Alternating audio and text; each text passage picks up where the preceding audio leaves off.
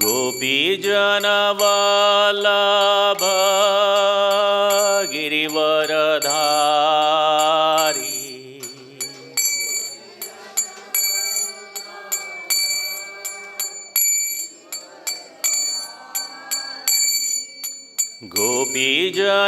गोपीजनवल्लभ गिरिवरधारी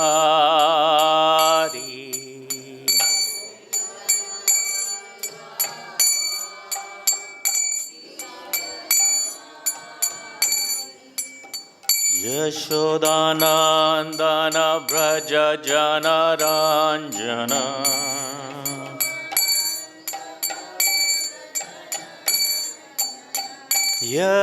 यशोदानन्दन व्रज जनरञ्जन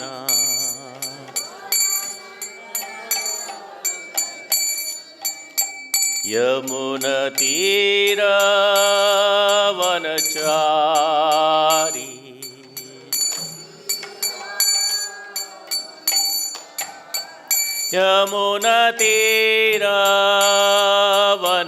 यमुनतीरवनचारी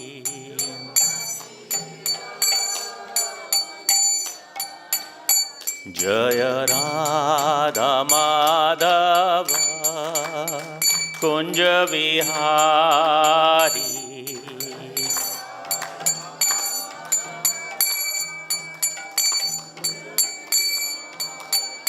जय राधा माधव कुंज विहारी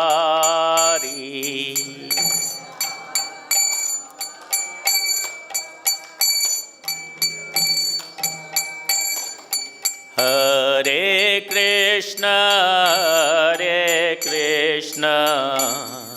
कृष्ण कृष्ण हरे हरे हरे राम राम राम हरे हरे हरे कृष्ण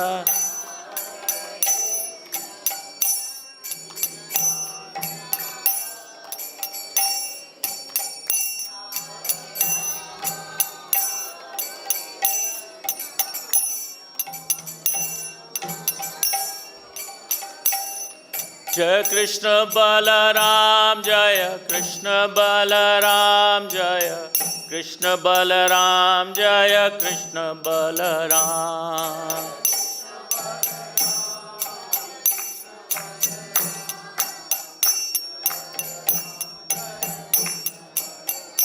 जय राधा श्याम सुंदर राधे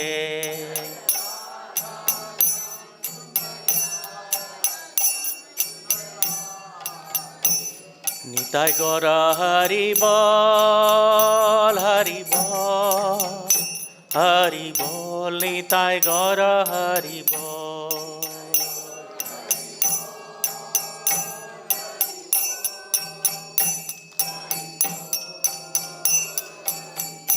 जय जय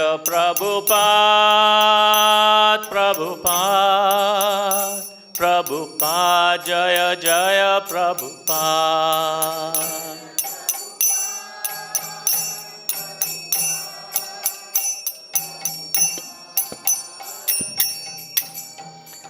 जय ओम विष्णुपाद परमहंस प्रयोजकाचार्य स्तोत्र Shri Shrimati divine grace AC भक्ति वेदांत स्वामी श्रील प्रभुपाद की अनंत कोटि वैष्णव वृंद की नामाचार्य श्रील हरिदास ठाकुर की प्रेम से कहो श्री कृष्ण चैतन्य प्रभु नित्यानंदा श्री अद्वैत गदाधर शिवासदि गौर भक्त वृंद की श्री श्री राधा कृष्ण गोपीनाथ राधा कुंड श्याम कुंड गिरि गोवर्धन धाम की मथुरा वृंदावन धाम की गंगामाई यमुनामाई की भक्ति देवी तुलसी देवी की युग धर्म हरिनाम संकीर्तन की निताय गौर प्रेमानंदे all glories to the assembled devotees, all glories to the assembled devotees, all glories to the assembled devotees, All glories to Shri Guru and Shri Gauranga. Namo Vishnu Padaya Krishna Prasthaya Bhutarshata Gopal Krishna Samrita Namana Prabhupada Sattvaprakash Chamukta Sattvapadaya Namo Shri Krishna Chaitanya Prabhu Nityananda Shri Advaita Gadadhar Shivasadi Gaur Bhaktivinoda। तो आज से आपका 9वां स्कंद start हो रहा है, 9th canto, 9वां स्कंद। कल आपका सब इधर आ जाओ, सब इधर आ जाओ।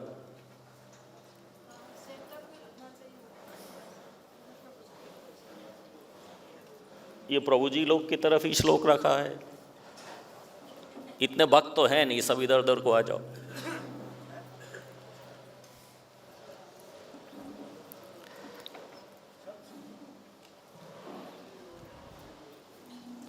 ये क्या लगा दिया?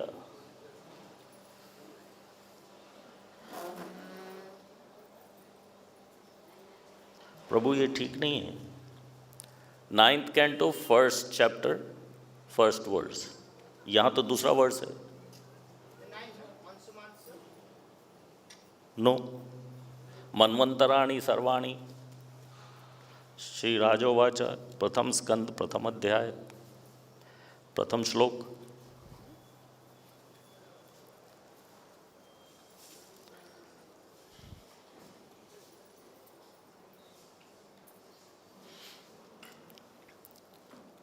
आज आप लोगों को ऐसी कथा सुनाने वाला हूँ महाराज सुद्युम्न की, आप जीवन में कभी भूलोगे नहीं।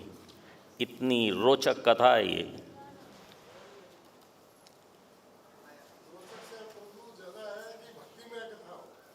शिक्षा है कथा, हाँ राजोवाच।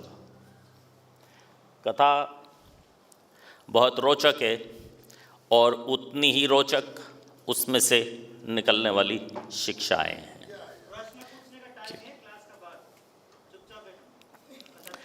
श्री राजोवाच मन्वन्तराणि सर्वाणि त्वयोक्तानि श्रुतानि मे वीर्याण अन्तवीर्यस्य हरेस्तत्र कृतानि च। ये 9वें स्कंद के प्रथम अध्याय के पहले 7-8 श्लोकों में कोई भी तात्पर्य नहीं है, तो इसलिए हम ये सारे श्लोक एक साथ में पढ़ जाएंगे और जिस श्लोक में तात्पर्य है वहाँ पे रुक जाएंगे, ऐसा हमें बताया गया करने के लिए। तो नेक्स्ट श्लोक, अच्छा पहले इसका अनुवाद पढ़ दें। राजा परीक्षित ने कहा, हे प्रभु सुखदेव गोस्वामी, आप विभिन्न मनुओं के समस्त कालों का विस्तार से वर्णन कर चुके हैं और उन कालों में असीम शक्तिमान पूर्ण पुरुषोत्तम भगवान के अद्भुत कार्यकलापों का भी वर्णन कर चुके हैं। मैं भाग्यशाली हूँ कि मैंने आपसे ये सारी बातें सुनी। श्लोक नंबर 2। यो वसो सत्यव्रतो नाम राजर्षिर्दिविडेश्वरः ज्ञानं यो अतीतकल्पान्ते लेवे पुरुष सेवया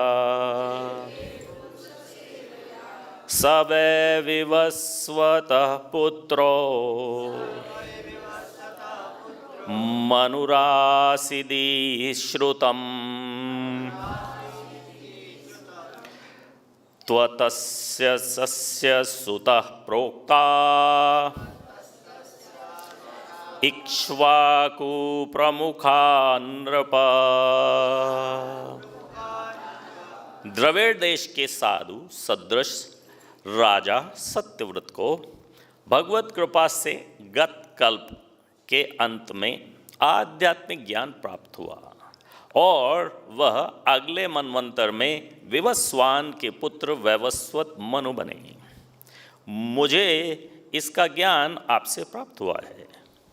मैंने यह भी जाना कि इक्ष्वाकु इत्यादि राजा उसके पुत्र थे, जैसा कि आप पूर्व में बता चुके हैं। तेषां वंशं पृथक् ब्रह्यान्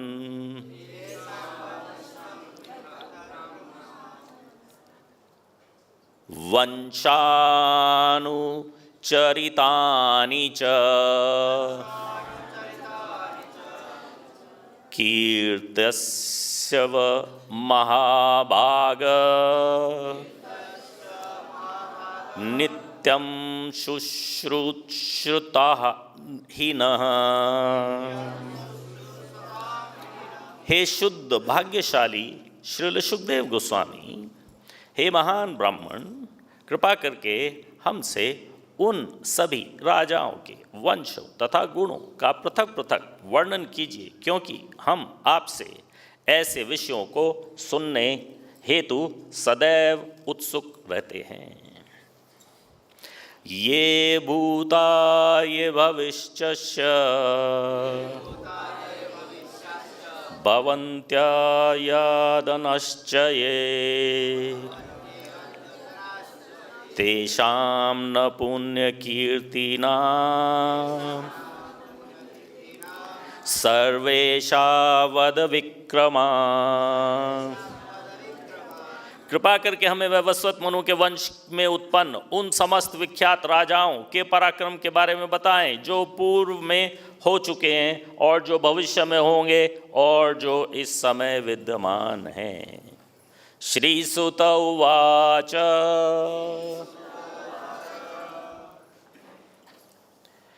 एवं परीक्षिता राज्ञा सदसि ब्रह्मवादिना पृष्ठ प्रोवाच भगवान् इच्छुक परम धर्मवीर। श्रीसूत गोस्वामी ने कहा, जब वैदिक ज्ञान के पंडितों की सभा में सर्वश्रेष्ठ धर्मज्ञ श्री सुखदेव गोस्वामी से महाराज परीक्षित ने इस प्रकार प्रार्थना की तो वे इस प्रकार बोले। श्री शुक उवाच श्री शुक उवाच श्रूयतां मानवो वंशः प्राचुर्येण परान्तप न शक्ये विस्तारस्तो वक्तुं वर्षशतैरपि।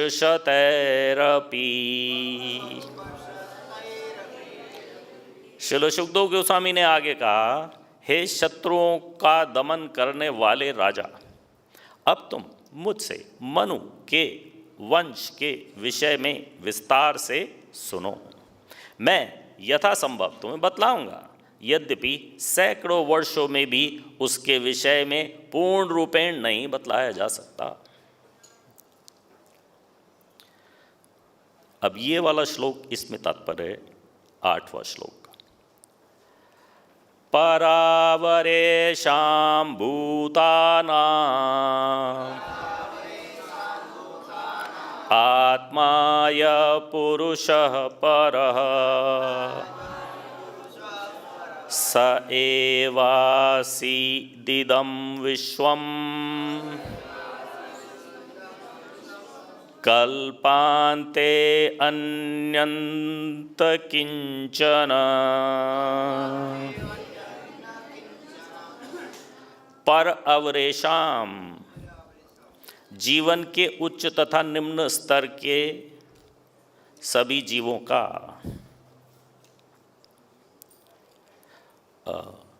शब्दार्थ रिपीट करना है आपको।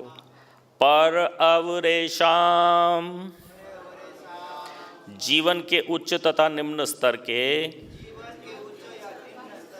सभी जीवों का, भूतानाम, भौतिक शरीर धारण करने वालों का, अर्थात बद्ध जीवों का, आत्मा, परमात्मा, यह जो है, पुरुष, शुद्ध पुरुष, परः, दिव्य, सह, वे, एवं, निसंदेह, आसीत, था, इदम, यह, विश्वम, ब्रह्मांड, कल्प अंते, कल्प के अंत में, अन्यथा, अन्य कुछ भी, न, नहीं, किंचन, कुछ भी।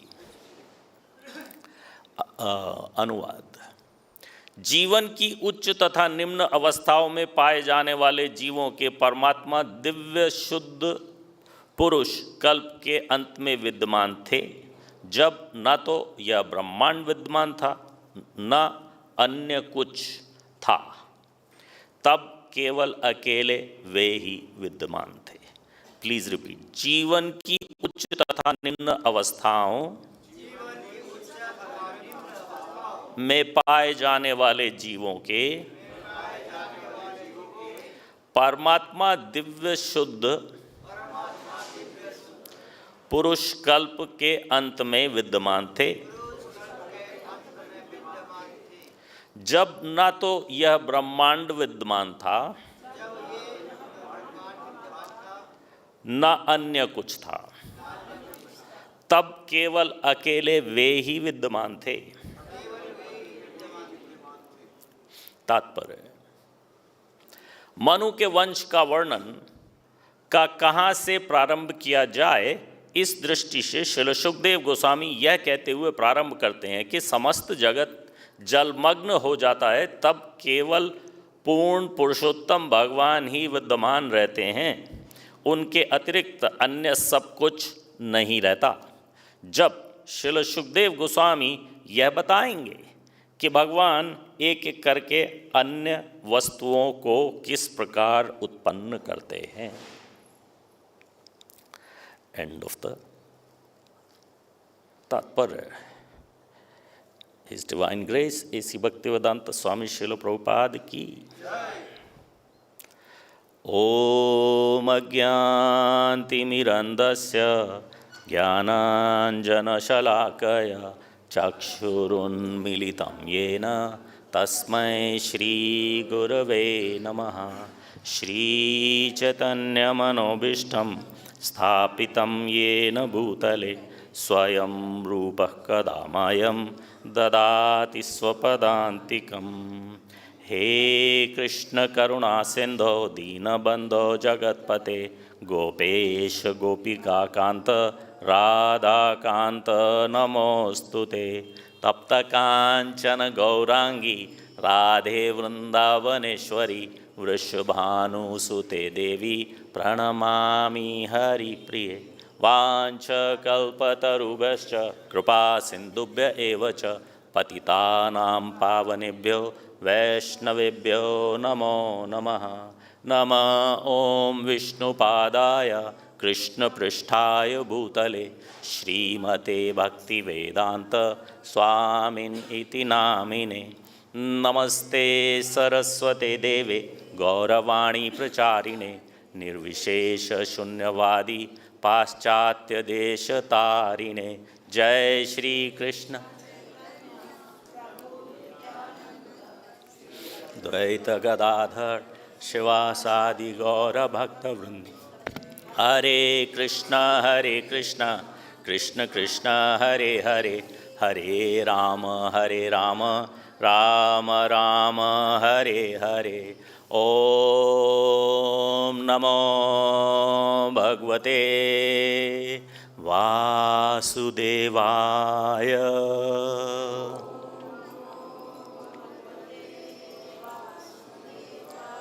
ॐ नमो भगवते वासुदेवाय।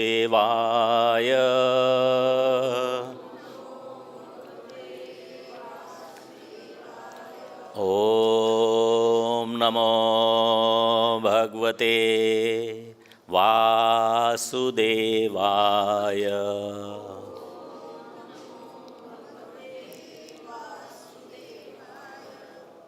ये 9वां स्कंद बहुत रोचक स्कंद है और 9वें स्कंद में सबसे ज़्यादा रोचक ये पहला चैप्टर है जिस पे आप आज हो। आज आप 9वां स्कंद शुरू कर रहे हो तो मैं इसकी समरी थोड़ी सी आपको बता देता हूँ।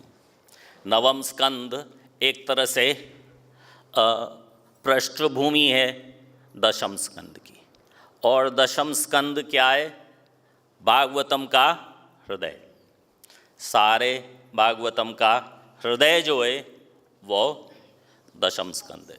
और किसी को मालूम है 10वें स्कंद का हृदय?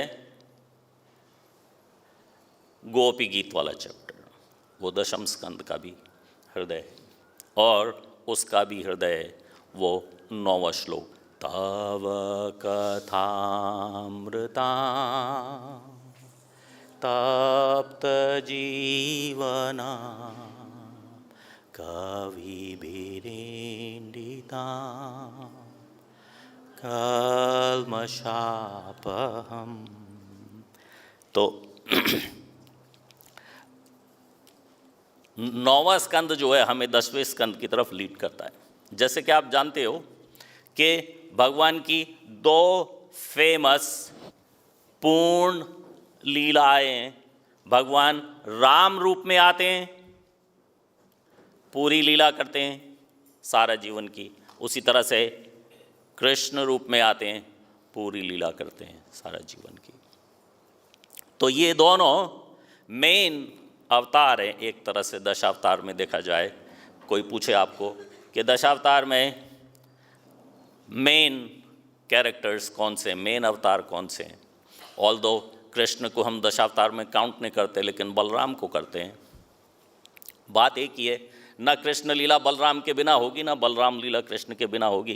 कृष्ण और बलराम की लीला तो एक ही है, इसलिए हम कहते हैं श्री श्री कृष्ण बलराम मंदिर की। यहाँ रमण रेती नाम के स्थान पे कृष्ण बलराम रमण किया करते थे, और जब यहाँ पे ये भूमि का टुकड़ा श्रील प्रभुपाद को मिला तो उन्होंने तभी से निर्णय कर लिया कि यहाँ क्योंकि ये रमण रेती है इसलिए यहाँ पे कृष्ण बलराम मंदिर बनना चाहिए, नहीं तो अदरवाइज सारे संसार में श्रील प्रभुपाद ने राधा कृष्ण के मंदिरों की स्थापना की। ये भी राधा कृष्ण मंदिर भी है, लेकिन मेन ऑल्टर जो सेंटर वाला है वो मेन होता है, उसके नाम से मंदिर का नाम होता है। तो मेन ऑल्टर यहाँ पे कृष्ण बलराम है, जिसके नाम से मंदिर का नाम कृष्ण बलराम मंदिर है। एनीवेज, ये राम, जय श्री राम वाले राम और कृष्ण, ये 2 मेन अवतार हैं, और ये सूर्यवंश में और चंद्रवंश में प्रकट होते हैं। सूर्यवंश और चंद्रवंश, ये जो सूर्यवंश और चंद्रवंश हैं, ये दोनों भगवान की लीला के अंतर्गत ब्रह्मा जी से उत्पन्न होते हैं। तो सूर्यवंश और चंद्रवंश दोनों की कथा ये 9वें स्कंद में है, शुरू से लेके कृष्ण तक या राम तक। कैसे? इस 9वें स्कंद में 24 अध्याय हैं। पहले 13 अध्याय सूर्यवंश को डेडिकेटेड है। सूर्यवंश जिसमें भगवान राम प्रकट हुए, और बाद के 11 अध्याय चंद्रवंश को डेडिकेटेड हैं, चंद्रवंश से ज़्यादा रिलेटेड हैं, जिसमें बाद में कृष्ण आए। तो जहाँ पे ये नवा स्कंद शुरू होगा, वहाँ से कृष्ण के जन्म की पृष्ठभूमि बनेगी और दशम स्कंद शुरू हो जाएगा। तो पहले 13 अध्यायों में जो सूर्यवंश की कथा है वो स्टार्ट होती है कर्णदक्षाय विष्णु से। गर्भोदक्षाय विष्णु हुए और गर्भोदक्षाय विष्णु के नाभि कमल से ब्रह्मा जी प्रकट हुए और ब्रह्मा जी से अलग अलग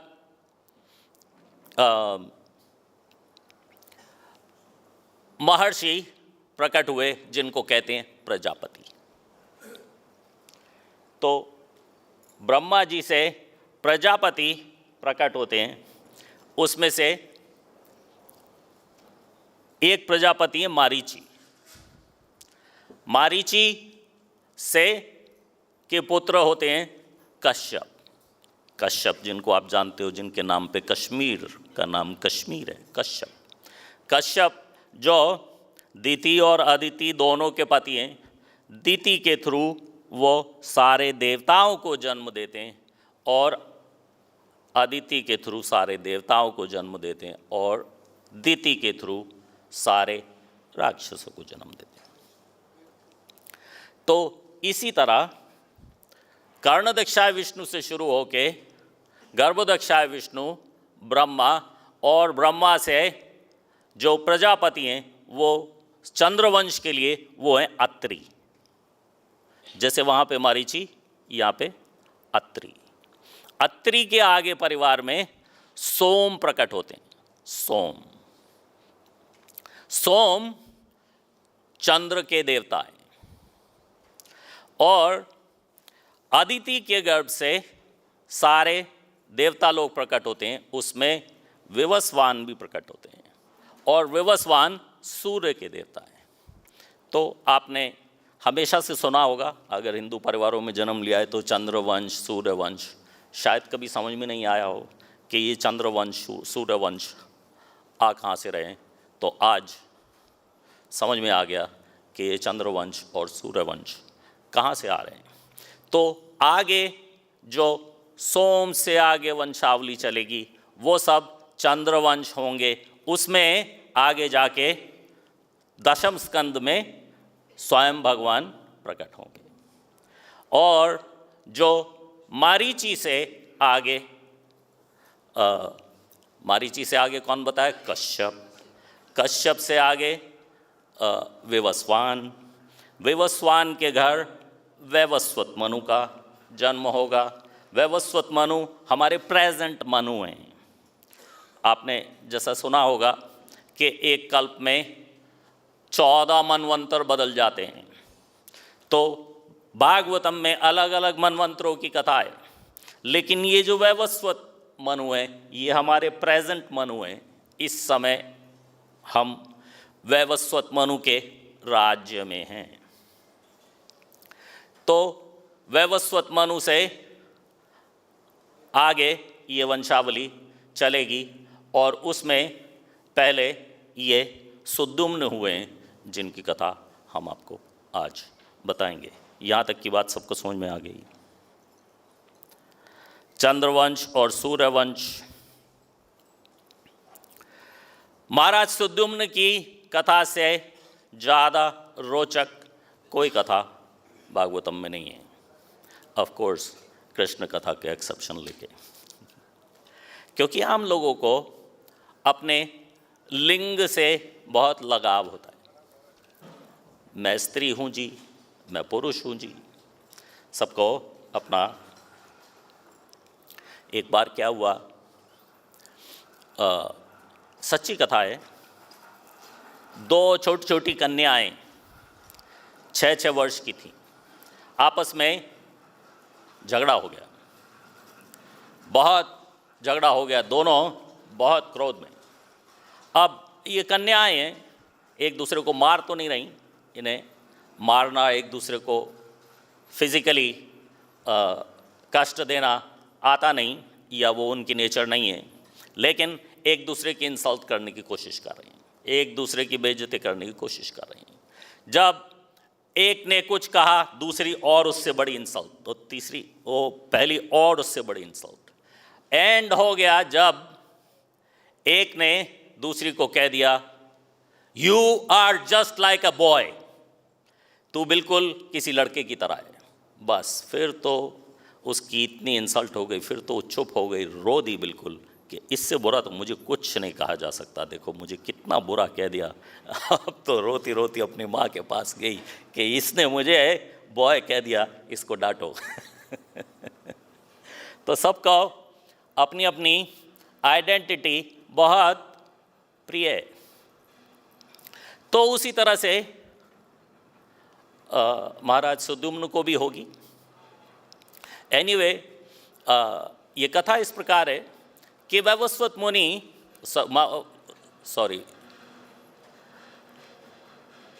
वैवस्वत मनु को संतान प्राप्ति में समस्या आई, कठिनाई आई।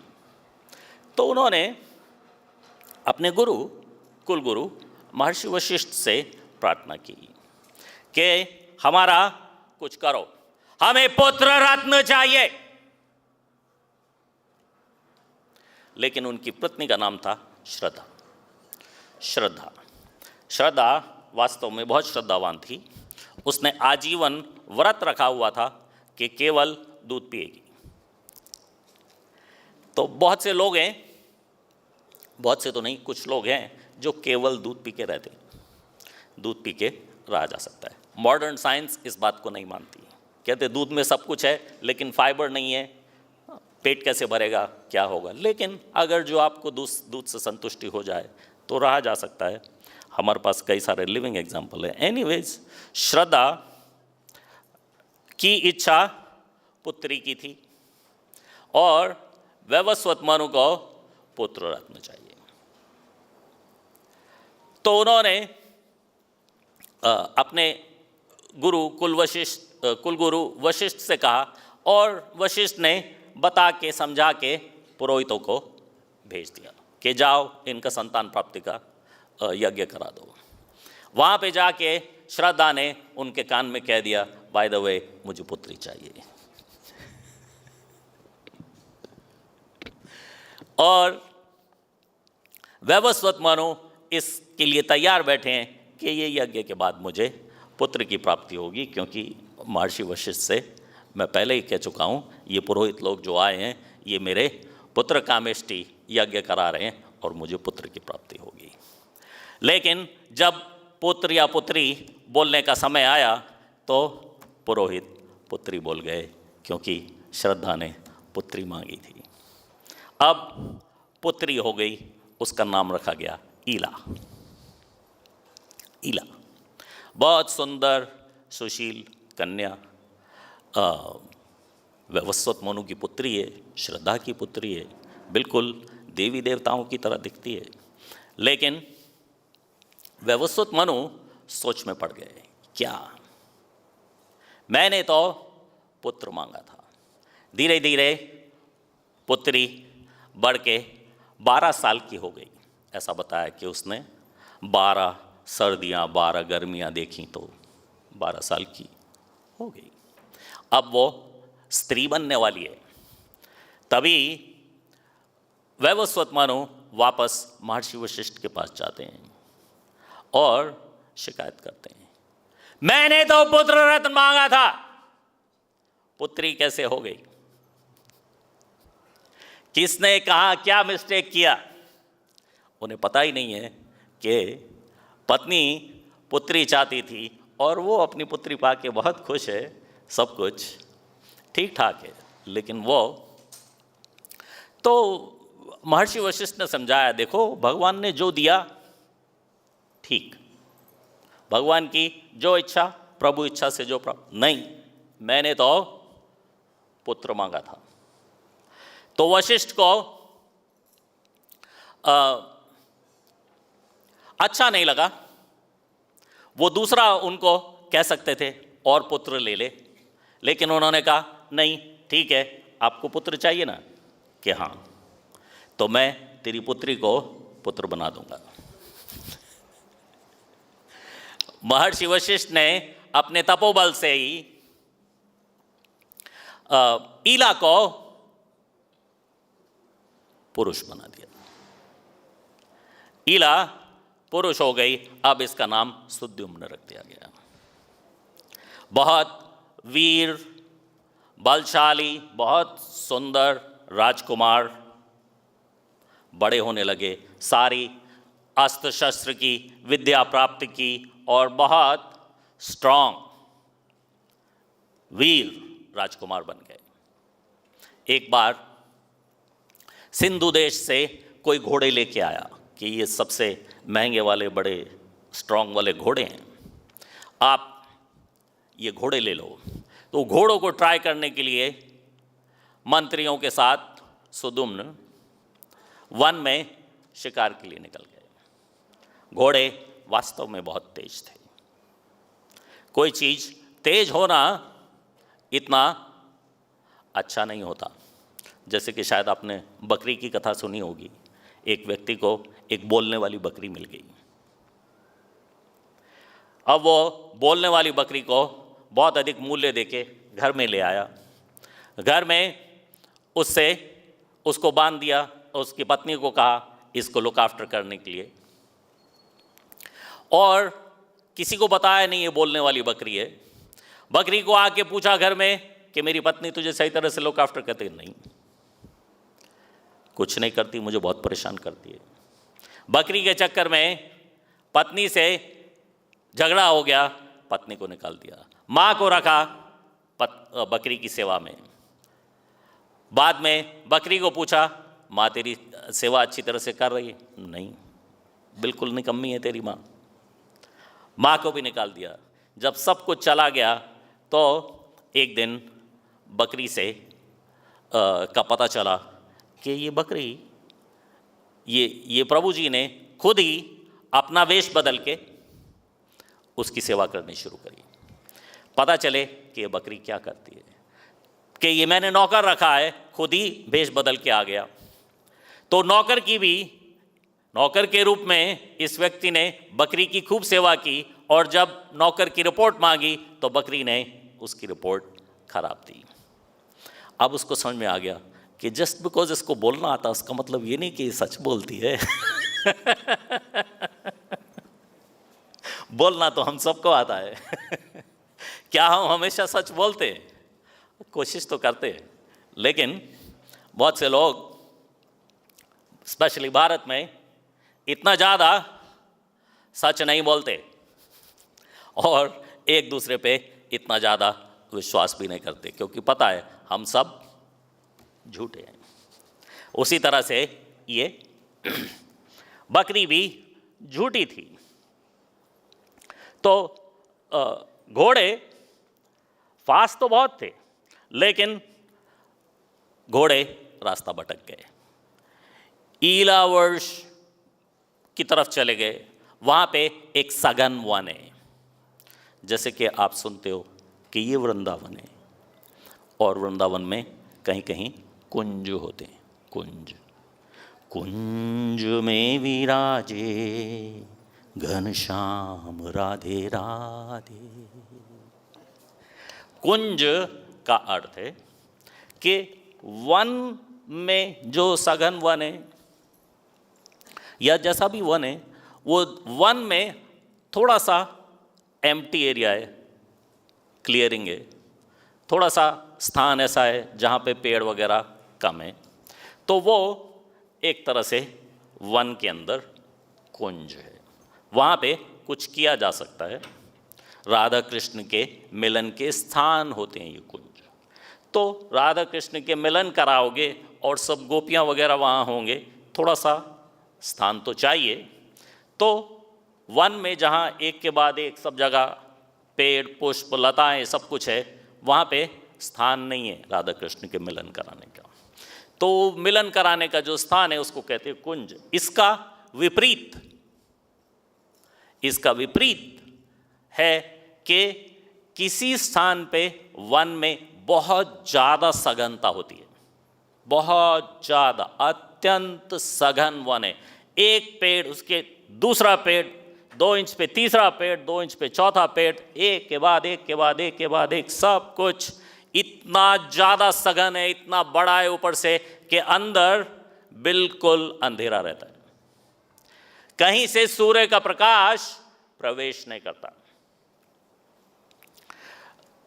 ये दूसरे तरीके का वन है, इसको कहते हैं सघन वन, सुकुमार वन उसका नाम बताया ईलावर्ष व्रत में। तो ये जो सघन वन है, इसको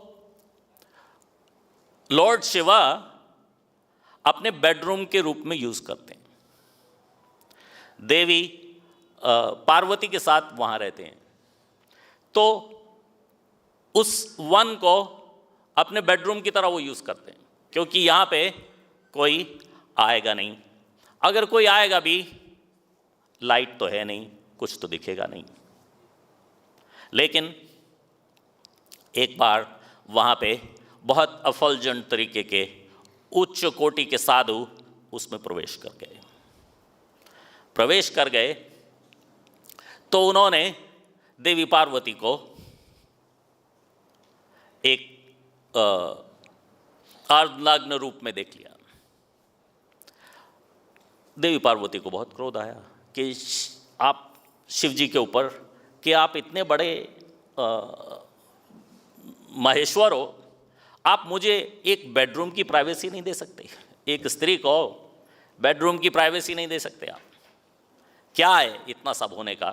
तो मुझे यहाँ वन में घूमना पड़ता है और देखो ये लोग डिवोटीज यहाँ आ गए, इन्होंने मुझे देख लिया, कितने शर्म की बात है। तो शिव ने कहा अच्छा क्या करें, रहना तो वन में ही है, इसका इलाज कर देते हैं कि यहाँ पे कोई पुरुष इस सघन वन में प्रवेश नहीं कर पाएगा, कोई यहाँ प्रवेश नहीं करेगा। और देवी पार्वती ने क्रोध में कहा अगर प्रवेश कर गया तो स्त्री बन जाएगा। स्त्री बनने का श्राप हो गया जो कोई वहां जाएगा। अब कोई वहां नहीं जाता, वैसे भी कौन जाने वाला है। लेकिन ये सिंध के घोड़े, क्योंकि इन्हें केवल भागना आता है, जैसे वो बकरी केवल बोलना आता है, सच बोल रही है कि झूठ उसका पता नहीं। ये घोड़ों को केवल भागना आता है और ये भाग भाग के वो वन में घुस गए। शिव का श्राप काम कर गया और ये सब स्त्री हो गए। अब जो महाराज सुद्युम्न हैं वो एक बहुत सुंदर कन्या बन गए और जितने भी ये सिंध के घोड़े थे ये सब घोड़ियां हो गए और उनके साथ में जो मंत्री, बॉडीगार्ड्स, जो सैनिक, सब स्त्री हो गए। सुंदर सुंदर केश, छाती पे उभार, नीचे से उनको फील हो रहा है कि हमारे लिंग परिवर्तन हो गए। क्या हुआ हमें? अब शरीर तो चेंज हो गया लेकिन मन तो अभी पुरुष का ही है। शिव ने ये नहीं कहा था कि मन भी बदल जाएगा, मन इतनी आसानी से नहीं बदलता। मन कौन बदलेगा? मन तो बहुत स्ट्रांग है। तो मन वहाँ का वहीं रह गया और शरीर इन सब के स्त्री हो गए। ये आपका चैप्टर का नाम है राजा सुद्युम्न का स्त्री बनना। इस प्रकार से ये सारे स्त्री हो गए। अब ये स्त्री तो हो गए लेकिन किसी को मुंह दिखाने लायक नहीं है। स्त्रियां तो स्त्रीत्व को एम्ब्रेस कर चुकी हैं, उसको अपना चुकी हैं। उनको नहीं लगता कि हम किसी को मुंह दिखाने लायक नहीं। स्त्रियां तो क्या हुआ, लेकिन एक पुरुष को एकदम से स्त्री बना दो तो वो तो कहेगा मैं तो कहीं मुंह दिखाने लायक। जैसे कि वो 6 साल की कन्याओं की स्टोरी बताई थी कि उसको सबसे बुरी गाली क्या लगी? इसने मुझे बॉय कह दिया, इसने मुझे पुरुष कह दिया, ये सबसे बुरी बात है। तो अब क्या करें, वहाँ घूम रहे हैं, धीरे धीरे पता चला इनको पीरियड्स होने शुरू हो गए। तो क्या है कि धीरे धीरे स्त्रीत्व को एम्ब्रेस करने लगे।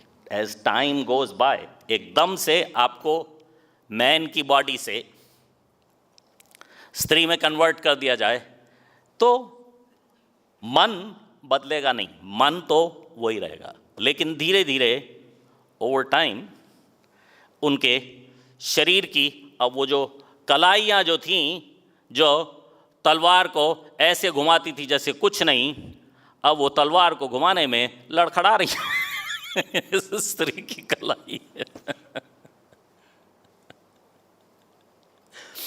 और शुरू शुरू में आपस में सब एक दूसरे से पुरुषों की तरह बात कर रहे, धीरे धीरे स्त्रियों की तरह बात करने लगे। चल आजा मैं तेरे नेल पॉलिश लगा दूं। जिस तरह से भी स्त्रियां एक दूसरे से बात करती हैं, कन्याएं, वो धीरे धीरे उसमें कन्वर्ट हो गए। अब सुदुम्न दोबारा से ईला बन गए। रिमेंबर, इनका जन्म ईला के रूप में हुआ था, अब ये दोबारा से ईला बन गए। ये सूर्यवंश है। अब चंद्रवंश में उस समय के राजकुमार बुद्ध हैं।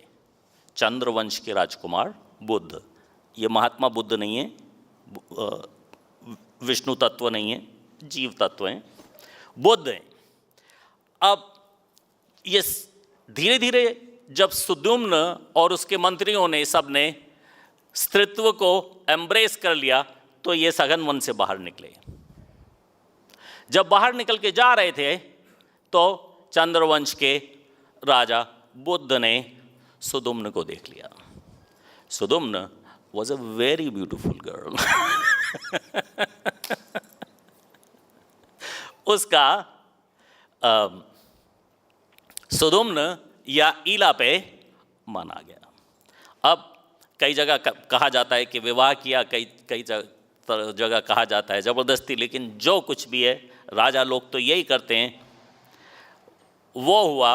और ये महाराज सुदुम्न जो ईला बने हुए थे, इनको पुत्र प्राप्ति हो गई।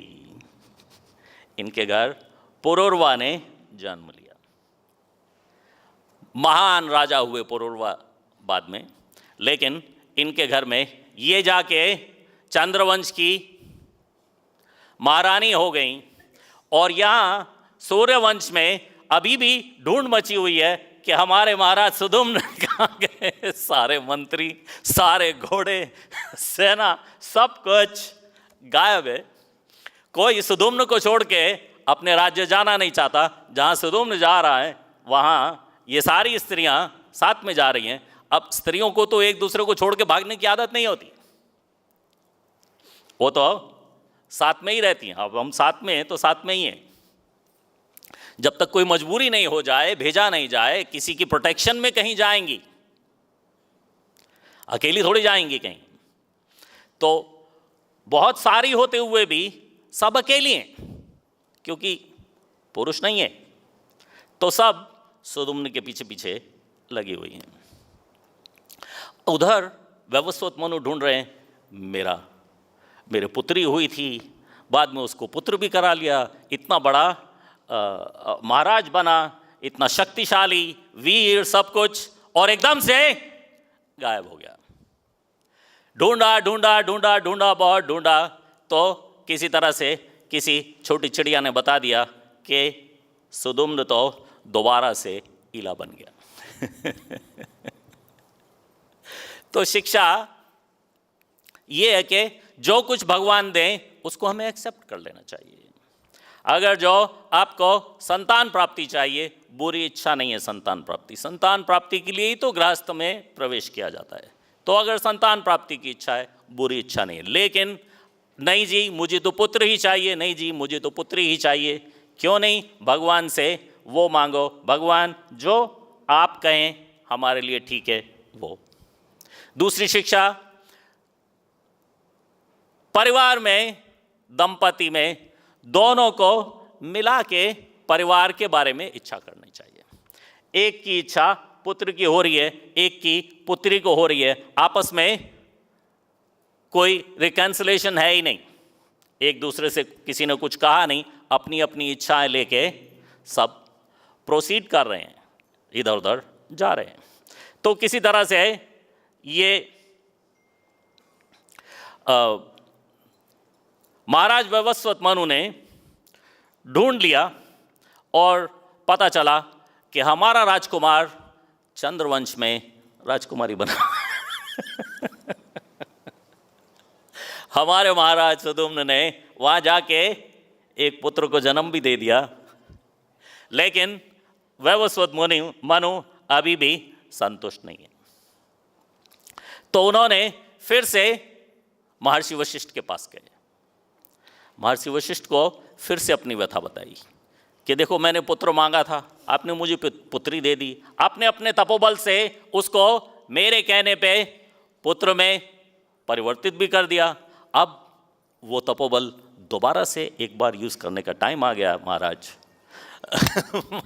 महर्षि वशिष्ठ, अब ये वापस किसी तरह से ईला बन गया, इसको दोबारा से धूम्न बना दो। वशिष्ठ ने तो हाथ जोड़ लिए कि ये जो हुआ है ये मेरी गलती से नहीं हुआ, ये शिव का आशीर्वाद है या श्राप है, जो कुछ भी है वो शिव का है। शिव के आड़े मैं नहीं आ सकता, शिव तो शिव है, मैं जो कुछ भी हूं जीव हूं, मैं उनके अगेंस्ट खड़ा नहीं हो सकता। मेरे अंदर इतनी हिम्मत नहीं है और ना मेरा ऐसा प्रोटोकॉल है कि मैं शिव के अगेंस्ट खड़ा हो जाऊं। मैं शिव के अगेंस्ट खड़ा नहीं होऊंगा। मैं अपने तपोबल से अब इस ईला को दोबारा से सुदुम्न में परिवर्तित नहीं करने वाला। हालांकि मेरे में है तपोबल, मैं कर सकता हूं, लेकिन करूंगा नहीं, क्योंकि इस बार अगर मैंने किया, पिछली बार तो मैं अपने पुरोहितों के अपने अगेंस्ट गया था, इस बार मुझे शिव के अगेंस्ट जाना पड़ेगा, शिव के अगेंस्ट मैं नहीं जाऊंगा।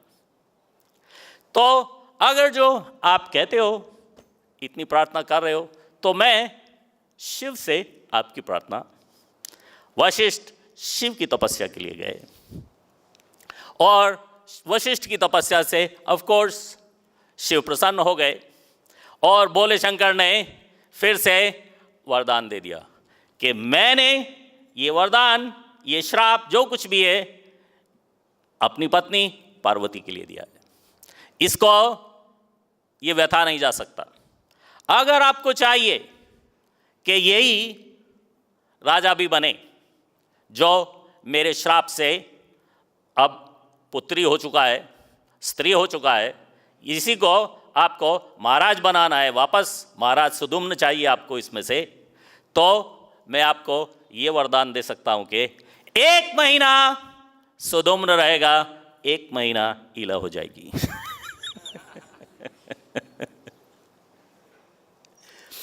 1 पीरियड ईला को हुआ तो ये पुरुष बन जाएगी, नेक्स्ट पीरियड का टाइम आएगा तो दोबारा से स्त्री बन जाएगी। अब ये सुदुम्न 1 महीने के लिए पुरुष, 1 महीने के लिए स्त्री।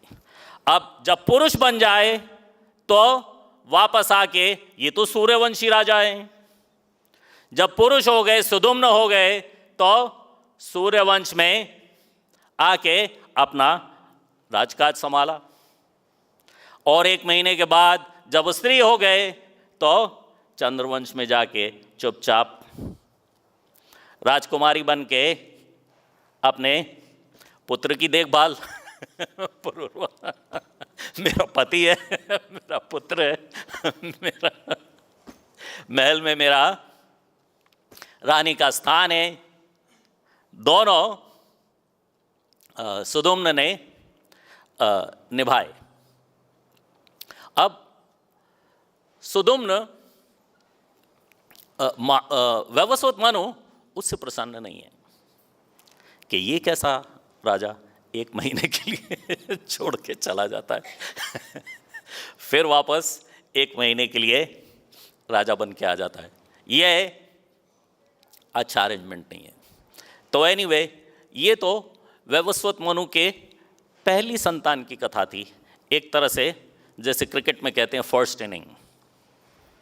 फिर उन्होंने सेकंड इनिंग में उसी पत्नी से 10 पुत्रों की और प्राप्ति की और उसमें सबसे बड़े इक्ष्वाकु हुए। तो ये इक्ष्वाकु से ये कथा पहले चैप्टर में शुरू हो रही है।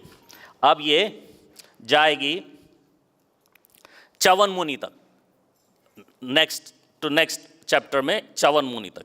च्यवन मुनि को आप सब जानते हो क्योंकि च्यवनप्राश सब जानते हैं। च्यवनप्राश का नाम च्यवन से ही है, ऑल्दो वो च्यवनप्राश खा के जवान नहीं हुए थे। वो 2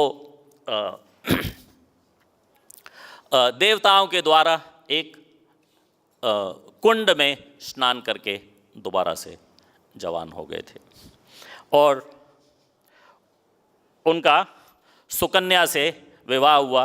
उसके बाद 4थे अध्याय में अम्बरीश महाराज की कथा आएगी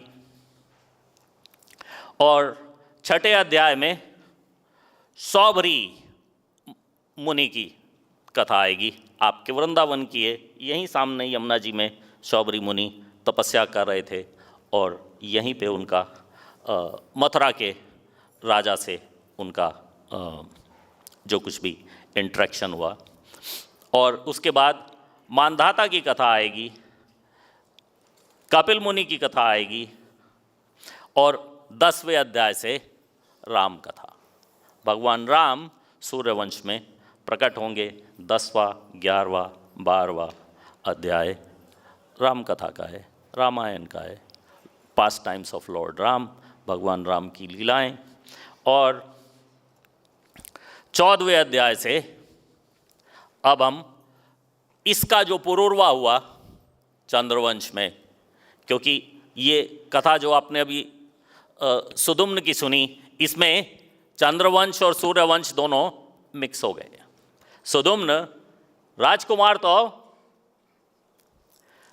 सूर्यवंश का है लेकिन चंद्रवंश में माँ है तो इसका जो पुत्र है वह पुरूरवा, बहुत महान राजा पुरूरवा हुए। तो 14वें अध्याय में चंद्रवंश की कथा पुरूरवा से शुरू होगी। आगे इसमें परशुराम जी की कथा आएगी और उसके बाद ययाति की कथा आएगी, पुरुवंश की, और फिर भरत वंश की। भरत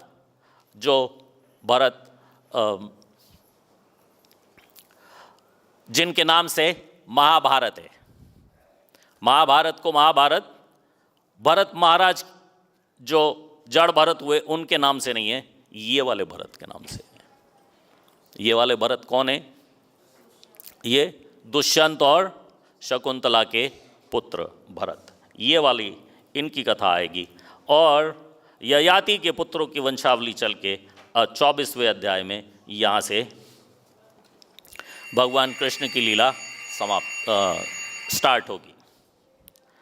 तो किसी का कोई प्रश्न है तो अभी ले लेते हैं। Any question? किसी का कोई प्रश्न है? यस।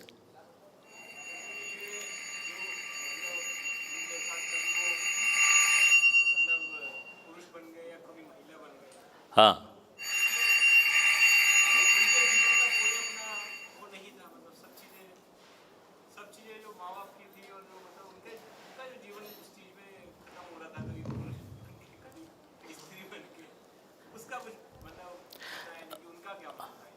एक्चुअली उस तरह से देखा जाए तो एक ही जीवन में वो पुरुष की तरह भी और स्त्री की तरह भी ही इज़ कंप्लीट, क्योंकि ना तो शास्त्रों के अनुसार ना तो पुरुष को कंप्लीट माना जाता है ना स्त्री को कंप्लीट माना जाता है। दोनों तो कंप्लीट तभी होंगे, लेकिन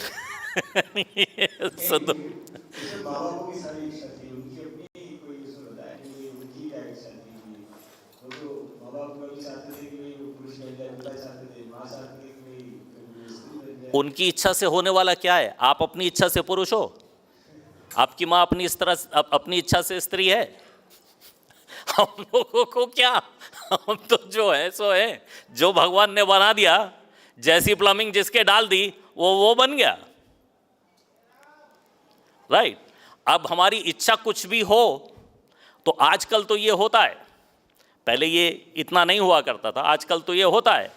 लोग प्रार्थना करते हैं भगवान से कि चाहे पुत्र दे दो चाहे पुत्री दे दो, लेकिन रियल देना, ये नहीं कि ऐसी पुत्री दे दो जो दूसरी स्त्रियों में इंटरेस्टेड है, ऐसा पुत्र दे दो जो दूसरे पुरुषों में इंटरेस्टेड है, ऐसे नहीं चाहिए हमें।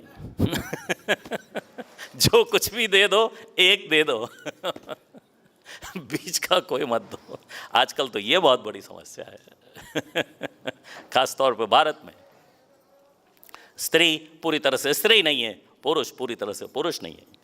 ये जो कथा है हमारे आज के भौतिक हिसाब से इम्पॉसिबल है, लेकिन भगवान के लिए कुछ भी इम्पॉसिबल नहीं है, ये तो हम सब जानते हैं। जैसे उन्होंने ही हमें शायद पिछले जन्म में या अगले जन्म में पुरुष या स्त्री बना देना है, तो वो तो सब कुछ करने में सक्षम है, समर्थ है। अगर प्रभु इच्छा है तो कुछ भी हो सकता है। आजकल का जो ऑपरेशन करके लोग चेंज कर रहे हैं वो बेकार की बात है, लेकिन प्रभु इच्छा से तो कुछ भी होता है। जैसे वो मोची कहता है कि भगवान सुई के छेद में से हाथी निकाल रहे थे, मैं मानता हूं। कैसे मानता है? तू अंधविश्वासी है कि नहीं? मैं अंधविश्वासी नहीं हूं। मेरे सामने इतने छोटे छोटे बीज पड़े हैं, इन छोटे छोटे बीजों में इतना बड़ा बरगद का पेड़ पैक्ट है, कई हाथियों से बड़ा है, और ये बीज जो है सुई से भी छोटा है। जब भगवान इस छोटे से बीज में इतना बड़ा पेड़ पैक कर सकते हैं, तो सुई के छेद में से हाथी क्यों नहीं निकाल सकते? जगत गुरु श्रील प्रभुपाद की, ग्रंथराज श्रीमद् भागवतम की, निताय गौर प्रेमानंद।